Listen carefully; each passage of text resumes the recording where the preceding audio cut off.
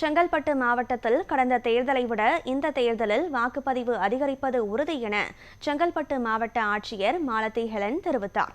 சென்னை சம்மஞ்சேரியில் நடைபெற்ற மாபெரும் தேர்தல் விழிப்புணர்வு நிகழ்ச்சியை செங்கல்பட்டு மாவட்ட ஆட்சியர் மாலதி ஹெலன் துவங்கி வைத்தார். இதில் 100 மிதிவண்டி பேரணி, 50 ஆட்டோ பேரணி, 50 கார்களின் பேரணி, மாணவர்களின் தேர்தல் தொடர்பான விழிப்புணர்வு பாடல்கள் என 100% வாக்குப்பதிவை வலியுறுத்தும் வகையில் பல்வேறு விழிப்புணர்வு நிகழ்ச்சிகள் நடைபெற்றது.